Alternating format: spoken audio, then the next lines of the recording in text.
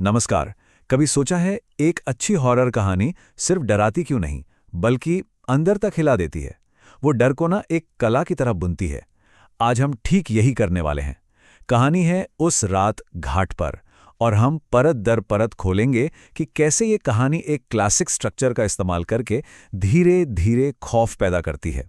तो चलिए इस कहानी के हर पहलू को बारीकी से समझते हैं। कहानी की शुरुआत ही देखिए, कितनी जबरदस्त है। सिर्फ एक लाइन, रात में शांत नदी बहुत बेचैन हो जाती है। मतलब सुनते ही एक अजीब सी बेचैनी होती है ना। ये सिर्फ एक लाइन नहीं है, ये आने वाले खतरे की पहली घंटी है। सोचिए जरा, एक शांत नदी बेचैन कैसे हो सकती है। यही जो विरोधाभास है ना, यही मन में एक अनजाना सा डर पैदा कर देता है। तो चलिए कहानी के पहले हिस्से में चलते हैं। इसका नाम है एक खतरनाक योजना। यहीं से उस पूरे खौफ की नींव रखी जाती है। हम यहाँ किरदारों से मिलेंगे, उस माहौल को समझेंगे जो सब मिलकर एक भयानक अनहोनी की पूरी जमीन तैयार करते हैं। इस कहानी में माहौल कोई बैकग्राउंड नहीं है, बल्कि वो खुद एक किरदार है। सोचिए, दनौती गांव शहर से एकदम कटा हुआ, मार्च की वो चुभने वाली ठंड और ऊपर से लगातार होती बारिश, ये सब मिलकर कैसा माहौल बनाते हैं। एक निराशा, एक अकेलापन, मतलब किसी भी डरावनी घटना के लिए एक बिल्कुल परफेक्ट स्टेज तैयार हो जाता है। और इस मनहूस से माहौल में हैं हमारे तीन दोस्त।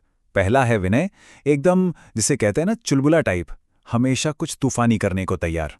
दूसरा है सार्थक, जिसे दुनियादारी से कोई मतलब नहीं, बस खाना पीना और सोना। और तीसरा है ललित, बेचारा थोड़ा डरपोक, जो दोस्तों के प्रेशर में आ जाता है। और यहीं से गड़बड़ शुरू होती है। इनकी यही दोस्ती आने वाली मुसीबत की वजह बनती है। तो प्लान क्या बनता है?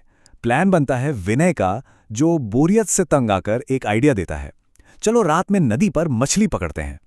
अब देखिए, ललित को तो पहली बार में ही समझ आ जाता है कि ये बहुत ही बुरा आइडिया है, लेकिन वही बात, दोस्ती और थोड़ा बहादुरी दिखाने के चक्कर में वो मना नहीं कर पाता। चलिए अब कहानी के दूसरे हिस्से में दाखिल होते हैं, अशुभ चेतावनियां और सफर। यहां से असली टेंशन बढ़ना शुरू होती है। क्यों? क्योंकि हर एक वार्निंग को अनदेखा किया जाता है और उनका हर एक कदम उन्हें और गहरे अंधेरे की ओर खींचता चला जाता है। कहानी में अब एक बहुत ही जरूरी मोड़ आता है। ये तीनों मिलते हैं एक बूढ़े मल्लाह से, दंडाराम काका से, और काका उन्हें साफ साफ बिल्कुल क्लियर शब्दों में चेतावनी देते हैं। इतना ही नहीं, वो उन्हें बचाने के लिए एक काला धागा भी देते हैं। ये धागा क्या है? ये एक सिग्नल है, एक इशारा कि खतरा सिर्फ उनके मन का वहम नहीं है, खतरा असली है। और बस यहीं से शुरू हो जाता है गलत फैसलों का सिलसिला, एक के बाद एक। पहला, एक बुजुर्ग की सीधी सीधी चेतावनी को हवा में उड़ा देना। दूसरा, उस घनघोर अंधेरे में नदी में उतर जाना। और तीसरा, सबसे खतरनाक, नाव को सीधा उस शमशान घाट की तरफ ले जाना, जहां जाने के नाम से भी लोगों की रूह कांपती है। हर एक कदम उन्हें तबाही के और करीब ले जा रहा था। तो सवाल उठता है, ये जो वो कर रहे थे, क्या ये बहादुरी थी या सिर्फ बेवकूफी? मतलब खतरे के इतने साफ साफ निशान थे और वो सबको अनदेखा कर रहे थे। शायद वो सिर्फ ये साबित करना चाहते थे कि वो डरते नहीं हैं। और अब कहानी का तीसरा और सबसे सबसे खौफनाक हिस्सा। यहाँ अब तक जो डर सिर्फ महसूस हो रहा था, वो एक भयानक हकीकत बनकर सामने आने वाला है। जरा आंखें बंद करके सोचिए। शमशान घाट, घना अंधेरा, नदी का पानी एकदम ठहरा हुआ, शांत, और उस पिन ड्रॉप साइलेंस को सिर्फ एक आवाज तोड़ रही है, सियारों की डरावनी वाह वाह वाह। कहानीकार ने यहां डर के माहौल को बिल्कुल पीक पर पहुंचा दिया है। और फिर वो पल आता है। सार्थक जब अपना जाल पानी से बाहर खींचता है तो उसे लगता है कि कुछ बहुत भारी फंसा है। देखिए कहानीकार ने यहां क्या किया। उसने जानबूझकर कहानी की रफ्तार को धीमा कर दिया। टेंशन और बढ़ जाती है। क्या फंसा होगा जाल में? कोई बड़ी मछली? लेकिन जो जवाब मिलता है वो किसी की भी सोच से कहीं कहीं ज्यादा भयानक है।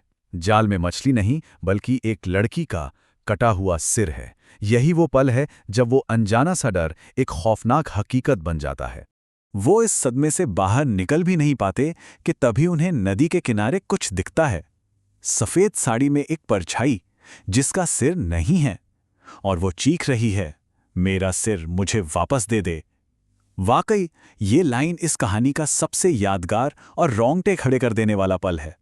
इस भयानक मंजर के बाद कहानी अपने चौथे हिस्से में जाती है, कटी लाश का रहस्य। अब हमें पता चलेगा कि इस खौफ के पीछे की असली और दुखद कहानी क्या है। इसके बाद जो होता है वो सिर्फ भगदड़ है, डर और जान बचाने की कोशिश। तीनों दोस्त उस बर्फ जैसे ठंडे पानी में कूद जाते हैं और अंधेरे में बस भागते रहते हैं, जब तक उन्हें दूर एक घर में रोशनी नहीं दिख जाती। ये सिर्फ एक दौड़ नहीं थी, ये उस खौफ से बचने की कोशिश थी जिसने उनकी रूह तक को जकड़ लिया था। जब वो एक गांव वाले के घर में पनाह लेते हैं, तब जाकर उस भूत की दर्दनाक कहानी सामने आती है।